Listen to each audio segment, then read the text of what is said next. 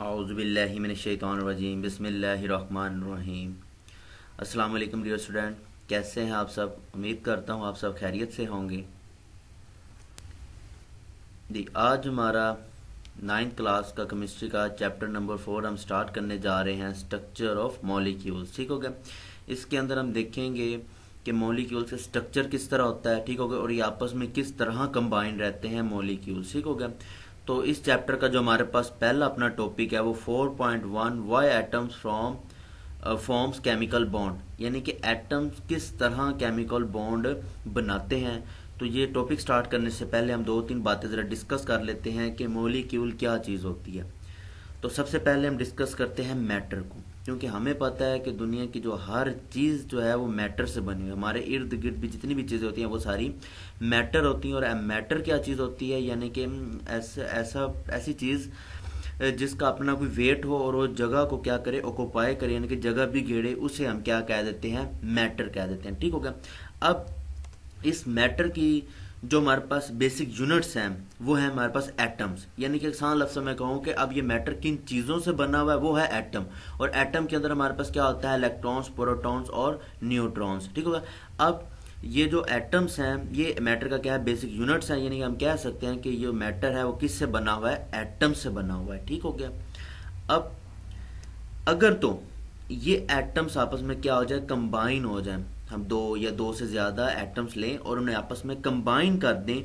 अब उनके कंबाइन होने से जो चीज़ बनती है उससे हम कहते हैं मॉलिक्यूल्स। ठीक होगा। नाम हमने काफ़ी दफ़ा पहले भी इसको आपने डिस्कस किया होगा पीछे प्रीवियस चैप्टर्स के अंदर। लेकिन अब याद रखिएगा कि जो एटम्स है, एटम्स के कंबाइन होने की वजह से जो चीज़ हमारे पास बनती है, जो प्रोडक्ट बनती है आसान लफ्ज़ों में, वो हमारे पास क्या कहलाती है, मॉलिक्यूल्स। ठीक होगा। अब हम बात करते हैं कि जो मॉलिक्यूल्स हैं, ठीक हो गया। अब जो फोर्सेस हमारे पास, जो फोर्सेस जो रिस्पॉन्सिबल होती हैं कि जो एटम्स को, जो मॉलिक्यूल्स के दरमियान जिन्होंने पार्ट लिया है, जिन एटम्स ने, उनको आपस में कंबाइन रखे, उनको आपस में जोड़ के रखे, उसे हम क्या कह देते हैं, केमिकल फोर्सेस कह देते हैं। अब वो फोर्स जिसने मॉलिक्यूल्स को स्टेबल रखा हुआ है, स्टेबल से मराद उनको कायम रखा हुआ है, उनको जोड़े रखा हुआ है, किनको, उन एटम्स को। ठीक हो गया। एटम्स को जोड़ के जो मॉलिक्यूल्स बना हुआ है उनको जोड़ने के लिए जो फोर्स लगी है उससे हम कह देते हैं केमिकल फोर्स कह देते हैं। ठीक हो गया। और इससे हम केमिकल बॉन्ड भी कहते हैं। ठीक हो गया। बॉन्ड कहते हैं दो या दो से ज्यादा चीजें आपस में क्या हो, जुड़ी हों, इसे हम क्या कहते हैं, बॉन्ड कह देते हैं। चूंकि ये हमारे पास केमिकली कंबाइन होती है इसलिए हम इसे क्या कह देते हैं, केमिकली बॉन्ड। ठीक होगा। तो अब ये था हमारा छोटा सा एक इंट्रो के मॉलिक्यूल्स क्या होता है और बॉन्ड क्या होता है। यहाँ से आपको समझ लग गया होगा कि अब ये किस किस्म के बॉन्ड्स बनेंगे, किस तरह ये एटम आपस में मिलेंगे। इंशाल्लाह इन चीज़ों को हम इस चैप्टर के अंदर बड़ी डिटेल के साथ देखेंगे कि कौन से एटम आपस में कंबाइन होते हैं। जी, तो अब हम टॉपिक स्टार्ट करते हैं कि why atoms form chemical bond, यानी कि अब एटम्स को क्या जरूरत पड़ी उसे केमिकल बॉन्ड बनाने की। ठीक हो गया। अब जारी बात है, कोई रिक्वायरमेंट होती है तो बंदा फिर ही कोई काम करता है। तो इसी तरफ देखना कि एटम को क्यों जरूरत पड़ी इस चीज़ की। तो इसके लिए हम पहले एक नॉर्मल सी बात करते हैं कि एक यूनिवर्सल रूल है हमारे पास ऑल द वर्ल्ड कि हर चीज़ अपने आप को स्टेबल रखना चाहती है। दुनिया के अंदर जितनी भी चीज़ें वो स्टेबल रहना चाहती है। जैसे कि हम अपनी एग्जांपल भी ले लें ह्यूमंस की, तो हम भी चाहते हैं कि हम स्टेबल रहें, हमारी अच्छी फैमिली हो, अच्छा पैसा हो, हमारे जो चीज़ हमें रिक्वायर्ड हो हम इजीली वो ले सके, फिर हम कहते हैं कि हम स्टेबल हैं। ठीक होगा। तो इसी तरह जितने भी ये एटम्स हैं ये भी अपने आप को स्टेबल रखना चाहते हैं। और अब वो स्टेबल रखने के लिए क्या करते हैं, ये तमाम एटम्स की ख्वाहिश होती है कि वो जो अपनी इलेक्ट्रॉनिक कॉन्फ़िगरेशन है उसको क्या करें, नोबल गैसेज जैसे बना दे, यानी कि NH2 या NH6 बना दे। अब नोबल गैसेस के ही क्यों चाहते हैं, क्यों कि हमने प्रीवियस लेक्चर के अंदर देखा था, प्रीवियस चैप्टर के अंदर, चैप्टर नंबर 3 के अंदर, कि वाहिद हमारे पास नोबल गैसेस हैं जो कि ग्रुप नंबर 18 से इनका ताल्लुक है। तो इसके अंदर जितने भी एलिमेंट्स मौजूद होते हैं, जितने भी एटम्स मौजूद होते हैं हमारे पास, उनके वैलेंस शेल के अंदर 8 या 2 इलेक्ट्रॉन्स कंप्लीट होते हैं। ठीक है। तो एक एटम को अब स्टेबल रहने के लिए भी अपने वैलेंस शेल के अंदर 2 और 8 इलेक्ट्रॉन्स क्या होते हैं, रिक्वायर होते हैं, ठीक होगा। तो इसलिए, और ये already by nature he noble gases के पास ये प्रॉपर्टीज मौजूद होती है कि वो ऑलरेडी स्टेबल होते हैं। तो इसी तरह जितने भी बाकी एलिमेंट्स होते हैं, इनकी ख्वाहिश होती है कि वो भी क्या हो, अपने आप को स्टेबल रखने के लिए अपने वैलेंस शेल को क्या बना दे, 2 और 8 इलेक्ट्रॉन्स बना दें, ठीक हो गया। अब जैसे कि हमारे पास क्लोरीन की एग्जांपल, क्लोरीन के वैलेंस शेल के अंदर होते हैं 7 इलेक्ट्रॉन्स, ठीक है। तो 7 इलेक्ट्रॉन्स होते हैं। अब वो चाहता है कि मैं भी स्टेबल हूं, तो अब इसे कितने इलेक्ट्रॉन चाहिए, 1। तो ये अनदर किसी एक एटम से क्या करेगा, वो 1 इलेक्ट्रॉन्स ले लेगा। अब 1 लेने के बाद वो क्या आ जाएगा, किसके वैलेंस शेल में 8 इलेक्ट्रॉन्स आ जाएंगे, तो वो क्या आ जाएगा, स्टेबल हो जाएगा, ठीक है। इस तरह ये अपने आप को स्टेबल रखने के लिए इलेक्ट्रॉन्स को गेन या लूज करते हैं, ठीक हो गया। अब वो क्यों करते हैं, क्यों, इन्होंने अपना जो वैलेंस शेल होता है वहां पे 8 और 2 इलेक्ट्रॉन्स को कंप्लीट करना होता है ताकि ये स्टेबल रह सके। और ये इलेक्ट्रॉनिक कॉन्फ़िगरेशन जो है ये सिर्फ और सिर्फ नोबल गैसेस के पास बाय नेचर होती है कि ये ऑलरेडी स्टेबल होते हैं, ठीक हो गया। फिर हमारे पास के अंदर 2 चीजें आती हैं। एक आता है डुप्लेक्ट। डुप्लेक्ट जो हमारे पास वर्ड निकला हुआ है 2 से, इसके अंदर क्या होता है कि जो एटम है वो क्या करता है, अपने वैलेंस शेल के अंदर 2 इलेक्ट्रॉन्स को हासिल करता है, ठीक, टोटल 2 इलेक्ट्रॉन्स बनाता है। क्यों, इसके अंदर सिर्फ हमारे पास सिर्फ और सिर्फ 2 एलिमेंट्स ऐसे आते हैं, यानी कि पीरियड नंबर 1 के अंदर, यानी कि हाइड्रोजन और हीलियम। इनके अंदर मैक्सिमम 2 ही इलेक्ट्रॉन्स इनके वैलेंस शेल के अंदर आ सकते हैं, इसलिए वो डुप्लेक्ट का रूल अपनाते हैं, ठीक हो गया। यानी कि अंदर मैक्सिमम 2 इलेक्ट्रॉन चाहिए। जैसे कि हाइड्रोजन के वैलेंस शेल के अंदर 1 इलेक्ट्रॉन होता है। अब वो चाहता है मैं स्टेबल रहूं, तो स्टेबल रखने के लिए सिर्फ 1 इलेक्ट्रॉन बाहर से ले लेगा, तो इनके 2 इलेक्ट्रॉन होने की वजह से हाइड्रोजन क्या कहेगा कि मैं अब स्टेबल हो गया हूं, ठीक हो गया। तो सिर्फ हमारे पास पीरियड 1 के अंदर डुप्लेक्ट का आता है, ठीक है। बाकी जितने भी आते हैं उनके अंदर जो रूल लगता है वो ऑक्टेट का लगता है। ऑक्टेट मीन 8, ठीक हो गया। अब उसके अंदर जितने भी एलिमेंट्स आते हैं उनकी ख्वाहिश होती है कि मैं जो अपने वैलेंस शेल के अंदर 8 इलेक्ट्रॉन्स कंप्लीट करके अपने आप को क्या करूं, स्टेबल करूं। जैसे वो अपने 8 इलेक्ट्रॉन्स कंप्लीट करता है उसको हम क्या क्या देते हैं, ऑक्टेट। और जो जिन्हें 2 चाहिए होता है उन्हें क्या देते हैं हम, डुप्लेक्ट। अब हम देखते हैं स्टेबल कॉन्फ़िगरेशन के अंदर यानी कि किस तरह वो अपने आप को स्टेबल रखते हैं, यानी कि इसके अंदर हम सिर्फ नोबल गैसेस को थोड़ा सा डिस्कस कर लेते हैं, ठीक हो गया। अभी थोड़ी कर रहे थे पीछे भी कि नोबल गैसेस वाहिद हैं जिनके वैलेंस शेल में 2 और 8 इलेक्ट्रॉन्स मौजूद होते हैं उनके वैलेंस शेल के अंदर, ठीक हो गया। 2 के अंदर हमारे पास हीलियम आ जाता है और बाकी जितने भी हमारे पास इसके बाकी एलिमेंट्स आते हैं वहां पे 8 इलेक्ट्रॉन्स कंप्लीट होते हैं इनके वैलेंस शेल के अंदर, ठीक हो गया।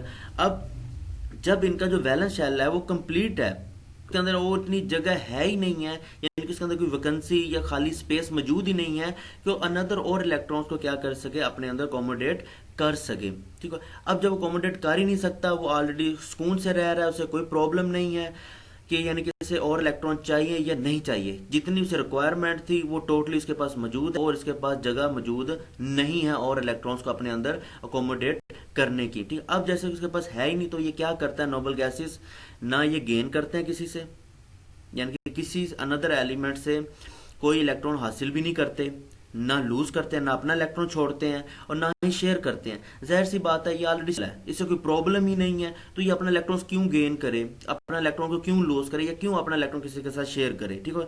तो ऐसे जो हमारे पास एलिमेंट्स आ जाते हैं इन्हें हम कहते हैं नॉन रिएक्टिव, यानी कि ये रिएक्ट ही नहीं करते किसी के साथ। हम रिएक्ट करवाना चाहे तो डिफरेंट वे से हम करवा देते हैं, लेकिन नॉर्मली ये बाय नेचर रिएक्ट नहीं करते, ठीक हो गया। करते क्योंकि इनका जो वैलेंस शेल है वो ऑलरेडी क्या है, कंप्लीट है, ठीक हो गया।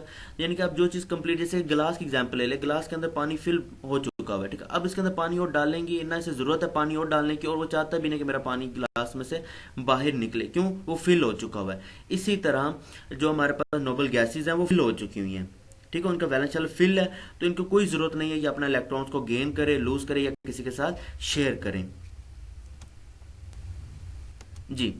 अब वो कौन से वे हैं जो अनदर है, जो एटम्स हैं वो अपने आप को स्टेबल कॉन्फ़िगरेशंस बनाते हैं, उसके लिए हमारे पास 3 रूल हैं।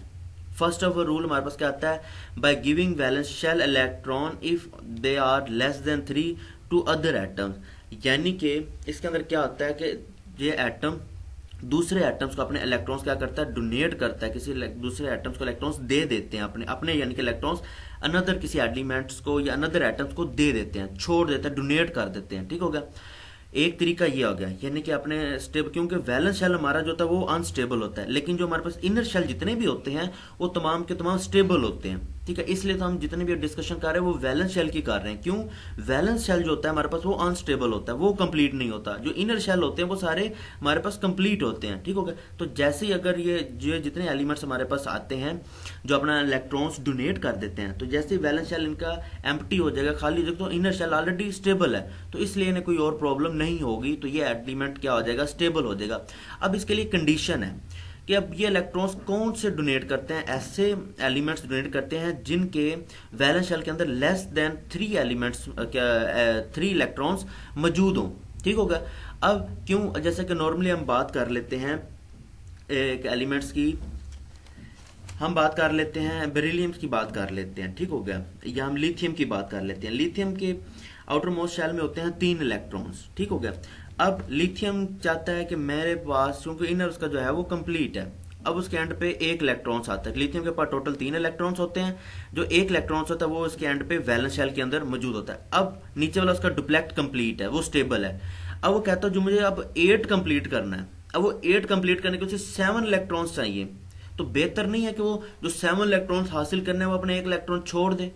मेजोरिटी है, मेजोरिटी उसे चाहिए, तो कहता छोड़ दो, फायदा जो मैंने 7 इलेक्ट्रॉन्स लेने, बेहतर है मैं अपना 1 इलेक्ट्रॉन्स छोड़ देता हूँ। इसलिए ये अपना 1 इलेक्ट्रॉन्स क्या करते हैं, लूज कर देते हैं, डोनेट कर देते हैं किसी अनदर एटम्स को, ठीक होगा। इसी तरह सेकंड इसका हमारे पास रूल आता है गेनिंग इलेक्ट्रॉन्स का, ठीक हो, यानी कि ये क्या करते हैं, अनदर किसी एक एटम से अपना 1 इलेक्ट्रॉन्स को क्या कर लेते हैं, गेन कर लेते हैं, हासिल कर लेते हैं। अब इसकी क्या कंडीशन आती है कि ऐसे ये एलिमेंट्स होते हैं, ये ऐसे एटम्स होते हैं जिनके वैलेंस शेल के अंदर 5 और मोर इलेक्ट्रॉन्स होते हैं, 5 या 5 से ज्यादा इलेक्ट्रॉन्स होते हैं, ठीक हो गया। जैसे कि हमारे पास क्लोरीन है, क्लोरीन के वैलेंस शेल के अंदर हमारे पास 7 इलेक्ट्रॉन्स होते हैं। अब इसे ऑक्टेट कंप्लीट करने के लिए कितने चाहिए होते हैं, 1 इलेक्ट्रॉन। तो अब बेहतर नहीं है कि वो अपने 7 इलेक्ट्रॉन्स को लूज करे, वो 1 इलेक्ट्रॉन इजीली किसी से डोनेट यानी कि एक्सेप्ट कर लेगा, गेन कर लेगा। तो इसलिए तो ऐसे एलिमेंट जिनके अंदर 5, 6, 7 जो होते हैं, जो 8 वाले तो ऑलरेडी स्टेबल होते हैं, जैसे कि हमारे पास नोबल गैसेज हैं, तो 5, 6 और 7 वाले क्या करते हैं, अपना इलेक्ट्रॉन लूज नहीं करते, बल्कायदा अनदर एटम से गेन करके अपना जो वैलेंस शेल है इसको स्टेबल करते हैं। थर्ड हमारे पास इसकी एक आ जाती है कि शेयरिंग इलेक्ट्रॉन्स करते हैं, यानी कि जो इसके वैलेंस शेल है वो अपने इलेक्ट्रॉन शेयर कर देते हैं। यानी कि जैसे कि हम नॉर्मली बात करें कि अगर हम फ्रेंड्स आपस में बैठे हों, अगर हमारे एक दोस्त के पास कोई चीज़ ना हो तो हम क्या करते हैं, शेयर कर लेते हैं, शेयरिंग कर लेते हैं। काम लिखने यार चल तो मेरी पेंसिल यूज़ कर ले, मैं तुम्हारा रेस यूज़ कर लेता हूँ, इस तरह हम शेयरिंग करते हैं, ठीक हो गया। तो ये 3 रूल आते हैं हमारे पास। एक हमारे पास आता है यानी कि ये इलेक्ट्रॉन्स को डोनेट करता है, सेकंड आता है गेन करता है, थर्ड हमारे पास आता है शेयरिंग से ये काम चलाते हैं, ठीक हो गया। ये परमानेंट डोनेट करते हैं, ना ये परमानेंट एक्सेप्ट करते हैं, बकायदा शेयरिंग के दौरान अपने क्या करते हैं, अपने आप को स्टेबल रखने की कोशिश करते हैं, ठीक है। अब हम इतनी पूरी बात का अगर हम खुलासा निकालें तो ये हमारे पास निकलता है कि हमारे पास जितने भी ज्यादातर जो एलिमेंट्स हैं वैलेंस शेल के अंदर, ये ज्यादातर 2 और 8 इलेक्ट्रॉन्स को क्या करते हैं, कुदरती इनके अंदर रुझान पाया जाता है, कुदरती टेंडेंसी पाई जाती है इनके अंदर, ठीक हो गया, नेचुरली इनके चीज अंदर ये मौजूद होती है। अब जिनके अंदर ये 2 और 8 इलेक्ट्रॉन्स कंप्लीट नहीं होते वैलेंस शेल, उन्हें हम कह देते हैं अनस्टेबल, यानी कि जिनके अंदर मौजूद होती है नेचुरली उन्हें हम कह देते हैं स्टेबल, और जिनके अंदर नहीं होती उन्हें हम क्या कह देते हैं, अनस्टेबल, ठीक हो गया। तो अब यहाँ पे एक छोटा सा क्वेश्चन रेज होता है हमारे पास कि अब आपको कैसे पता चलेगा किस एटम के रिएक्शन के जो तरीके का जो डिपेंड करता है, यानी कि किस चीज पर डिपेंड करता है रिएक्शन करने के दौरान, तो वो हमारे पर डिपेंड करता है वैलेंस शेल के अंदर मौजूद इलेक्ट्रॉन्स के ऊपर।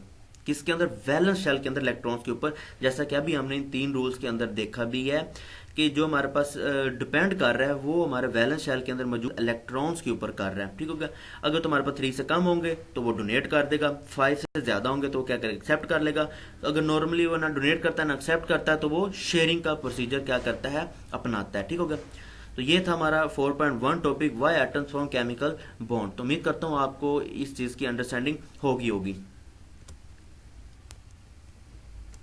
आगे हम अपना 4.2 टॉपिक स्टार्ट करते हैं, केमिकल बॉन्ड, ठीक होगा। यानी कि अब हम देखते हैं कि केमिकल बॉन्ड क्या चीज होती है, ठीक होगा, इसके अंदर कौन कौन से रूल्स लगते हैं, इस चीज को हम अंडरस्टैंड करते हैं। तो सबसे पहले हम देखते हैं केमिकल बॉन्ड की डेफिनेशन क्या है हमारे पास डेफिनेशन थी a force of attraction between the atoms that holds them together in a substance. अभी हमने पहले भी इस चीज को अभी डिस्कस किया था कि केमिकल बॉन्ड्स क्या करते हैं कि एटम्स के दरमियान अमल करने की एक ऐसी फोर्स होती है जो कि इनको जोड़े रखती है आपस में, ठीक है, और होल्ड भी रखता है। ये नहीं कि इसको कंबाइन किया और फिर छोड़ दिया, नहीं, कंबाइन करने के साथ इसको होल्ड में रखती है। तो इसे हम क्या कह देते हैं, केमिकल बॉन्ड।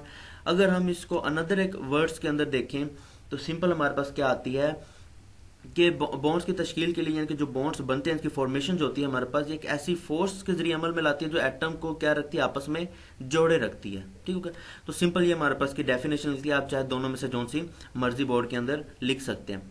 अब यहाँ पे हमारे पास थोड़े से ऑक्टेट और डुप्लेक्ट के रूल आते हैं। पहले हम देख लेते हैं ऑक्टेट को, ठीक होगा। तो ऑक्टेट के अंदर हमने अभी भी डिस्कस किया है कि ये क्या कहता है, जो उनका आखिरी शेल होता है जिससे हम वैलेंस शेल करते हैं, वैलेंस शेल कहते हैं, इसके अंदर अपने आप को जो ऑक्टेट रूल के यानी कि 8 इलेक्ट्रॉन कंप्लीट करने के लिए वो 3 ही काम करते हैं। क्या? शेयरिंग करेंगे, लूजिंग करेंगे, या तो गेनिंग करेंगे, क्या? इलेक्ट्रॉन्स को, ठीक है। इस तरह ये 3 वे के जरिए अपने 8 इलेक्ट्रॉन्स को क्या करेगा, कंप्लीट करेगा, ठीक होगा। तो इस चीज को हम क्या कह देते हैं, केमिकल बॉन्ड्स का ऑक्टेट रूल कह देते हैं, ठीक हो गया। इसी तरह हमारे पास जो ऑक्टेट रूल को जो सिंबलाइज होता है, यानी आसान लफ्ज़ों में किसकी क्या अलामत आ जाती है, तो हमारे पास क्या आ जाता है कि ये जो नोबल गैसेज होते हैं ये क्या करते हैं, यानी कि केमिकल कॉन्फ़िगरेशन जो है एटम्स की हासिल करने के लिए कंबाइन और रिएक्ट क्या करते हैं, नहीं करते किसी से। क्यों? क्योंकि जब भी हमारे पास केमिकल जो रिएक्ट करेंगे या बाहर मिलेंगे तो नोबल गैसी कॉन्फ़िगरेशन हासिल करने की कोशिश करते हैं जितने भी एलिमेंट्स होते हैं, लेकिन नोबल गैसेस तो ऑलरेडी हमारे पास स्टेबल होती हैं, ठीक हो गया। तो नोबल गैसेस के ऊपर ये ज्यादातर रूल हमारे पास अप्लाई नहीं होता। तो ऑक्टेट जो रूल हमारे पास लगता है वो नोबल गैसेस को छोड़ के बाकी जितने भी एलिमेंट्स हैं उनके ऊपर लगता है, ठीक हो गया।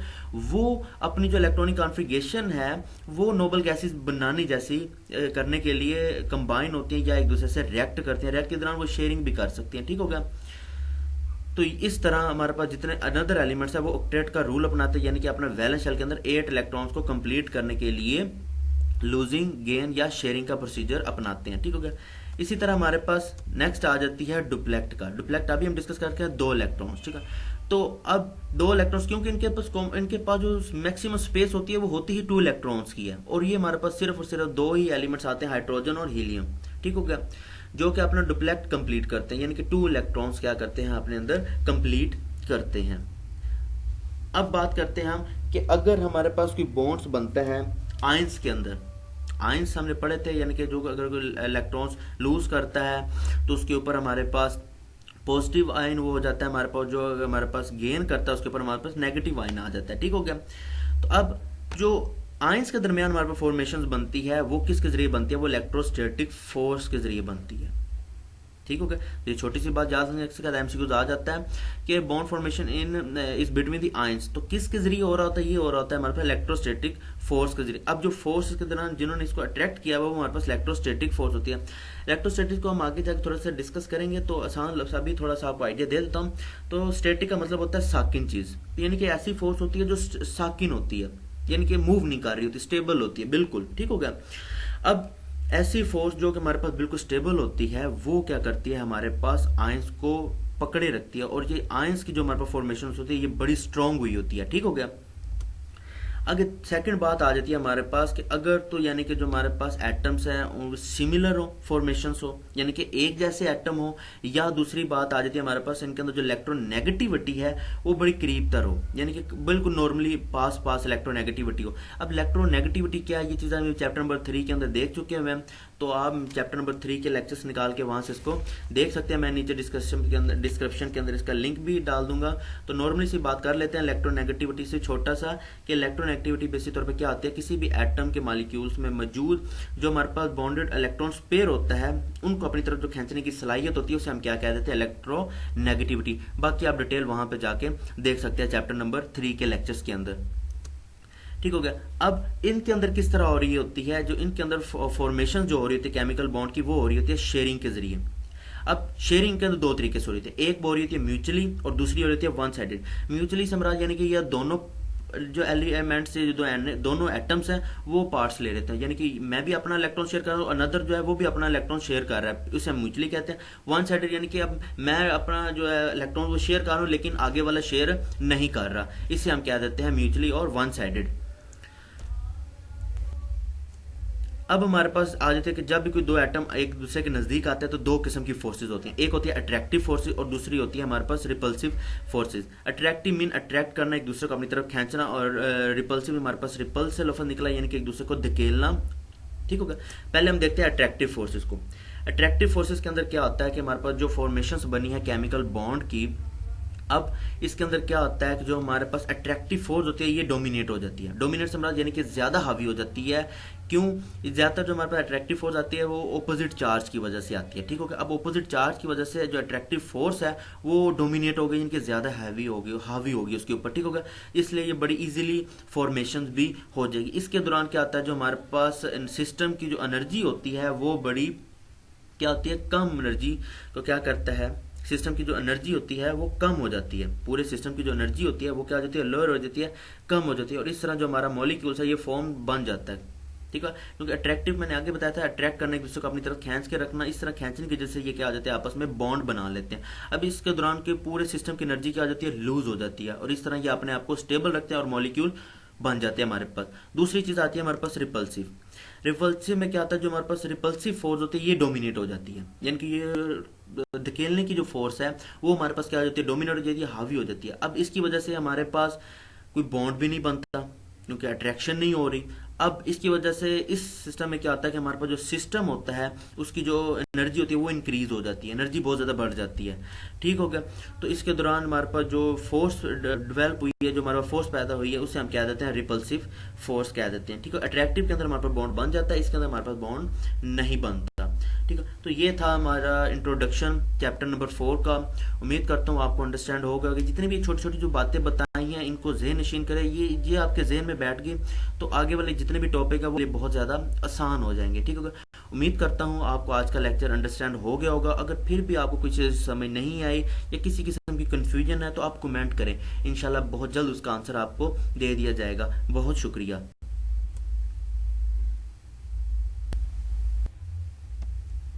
वीडियो अच्छी लगी है, लेक्चर की समझ भी आ रही है तो लाइक करें, कमेंट करें, और अगर अभी तक आपने मेरा चैनल सब्सक्राइब नहीं किया तो मेरे चैनल को भी सब्सक्राइब करें और साथ लगे बेल आइकन को लाजमी प्रेस कर दें ताकि मेरे आने वाली हर वीडियो या लेक्चर आप तक पहले पहुंच सके।